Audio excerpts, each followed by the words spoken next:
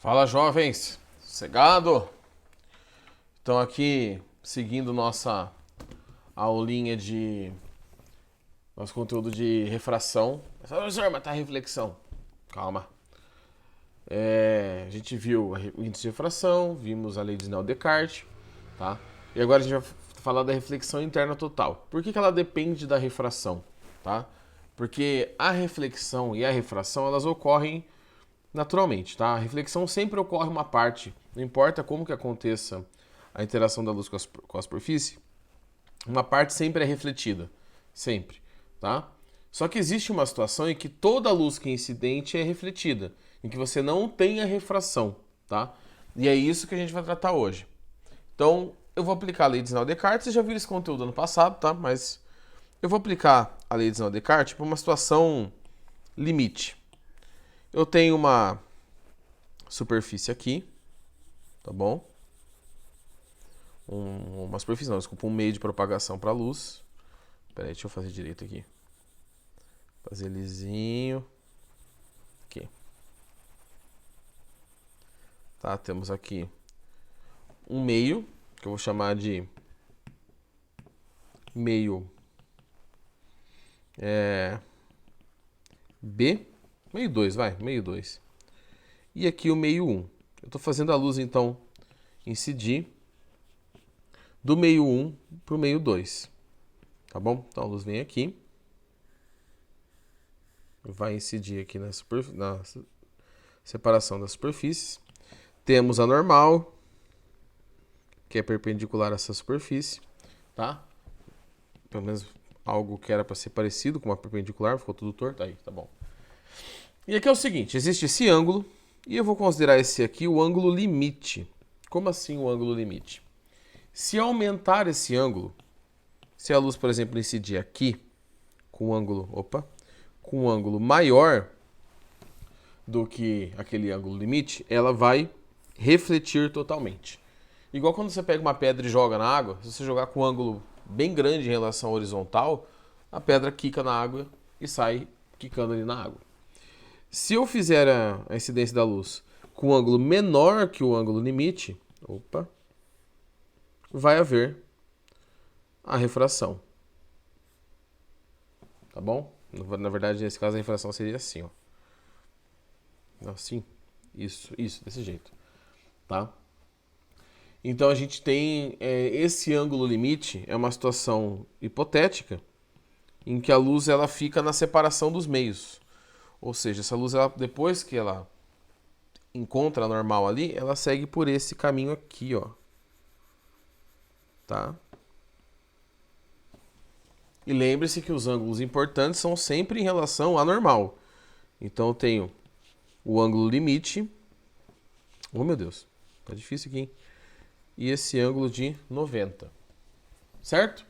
Se a gente aplicar a lei de Snell-Descartes, no meio 2 eu tenho um índice de fração 2, no meio 1, um índice de fração 1. Não sei quais são esses índices por enquanto. Seno N1, né? Pera aí.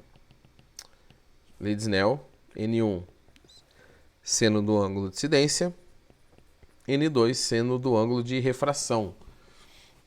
O meio 1 é N1.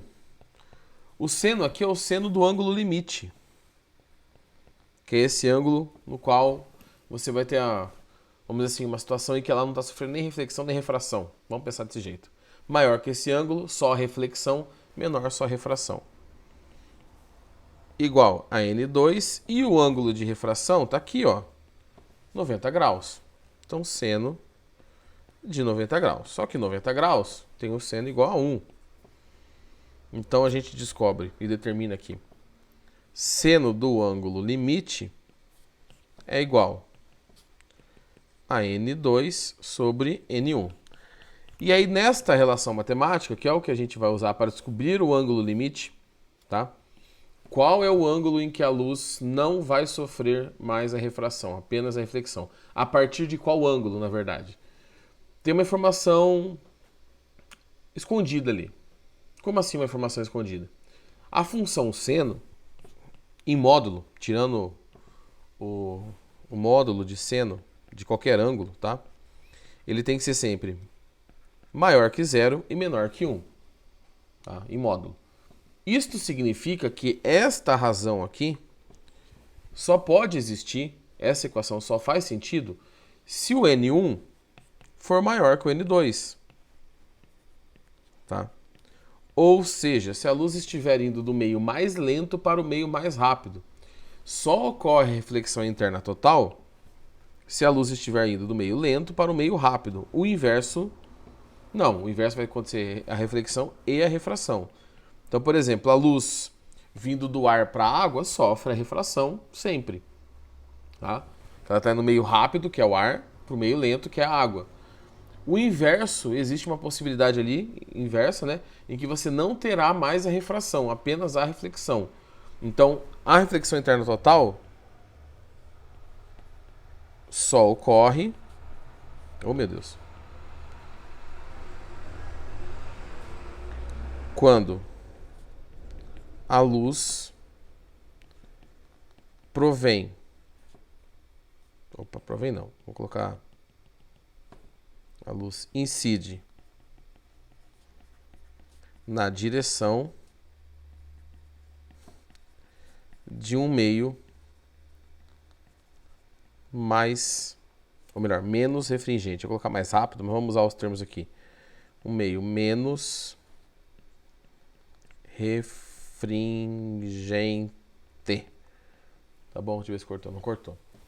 Então, é essa obrigatoriedade que a gente tem, vou colocar aqui meio 2, para que esse fenômeno aconteça. Tá? A luz tem que estar indo do meio mais lento para o meio mais rápido. E aí você pode ter reflexão interna total. Então, por exemplo, no diamante, como funciona o diamante? Você tem lá, faz uma lapidação nele ali, no material, a luz vai do meio, primeiro, do ar para dentro do diamante. Vai ter refração e reflexão.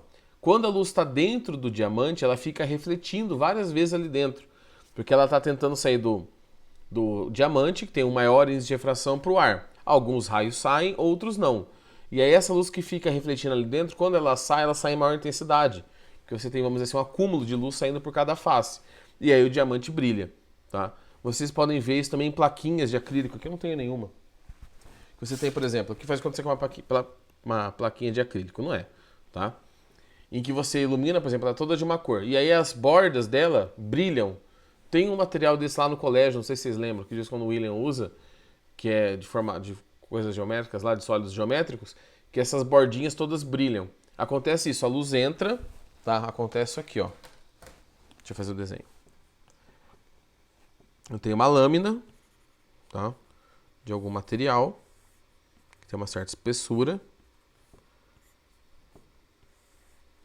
A luz entra nessa superfície, tá?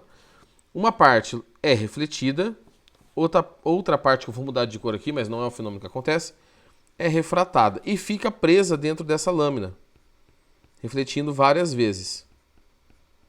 Uma reflexão interna, até que ela sai por essa face aqui.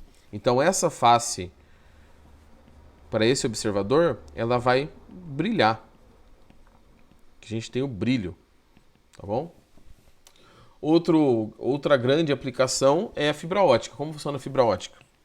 Você tem um miolo de um material, tá?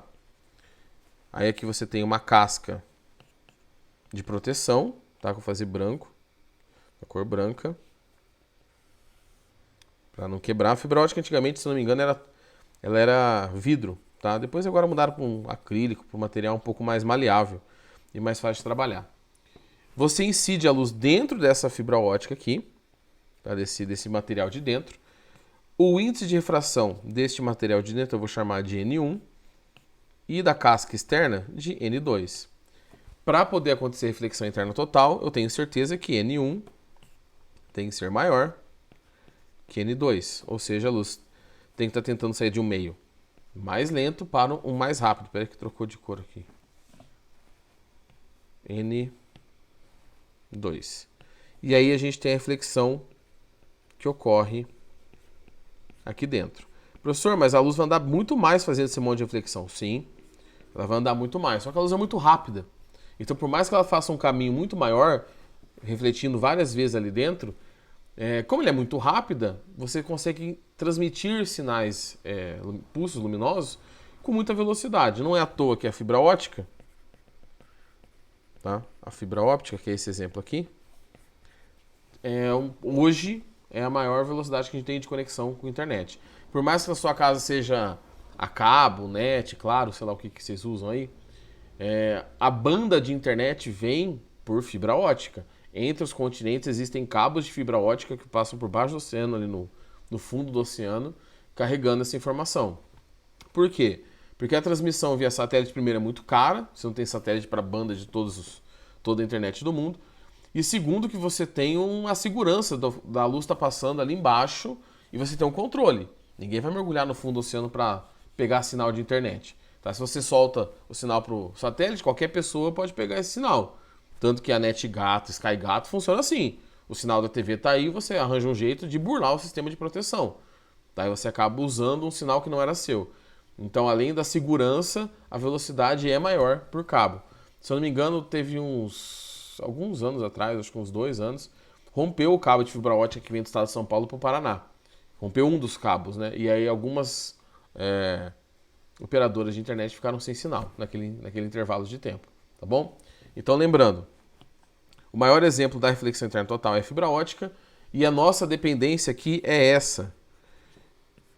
Isso é extremamente importante, tá bom? E o resto, gente, é só aplicar os conceitos de refração, que a gente já viu. Beleza? Vou cortar aqui em 2 pedacinhos. No próximo vídeo, os exercícios de reflexão interna total, na apostila 2D. Beleza, galera? Então, até daqui a pouquinho.